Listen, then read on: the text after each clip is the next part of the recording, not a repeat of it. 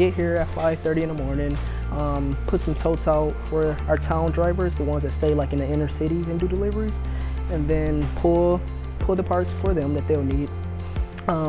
We have special orders come in off of our truck from Chicago, so then I put the special orders where they go and then I do a full round with KZoo, South, West, North, Northeast.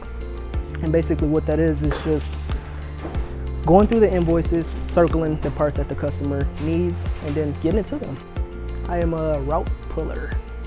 And typical day for me would just be constantly just making rounds around down here, just making rounds from bin to bin, checking to see if my parts are there.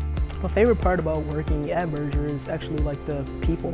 Honestly, the people, they welcoming, all good vibes, nothing bad at all. I like the whole atmosphere, honestly, the whole atmosphere. If you ever considered about working for Berger, I think you should do it. Simple, just do it.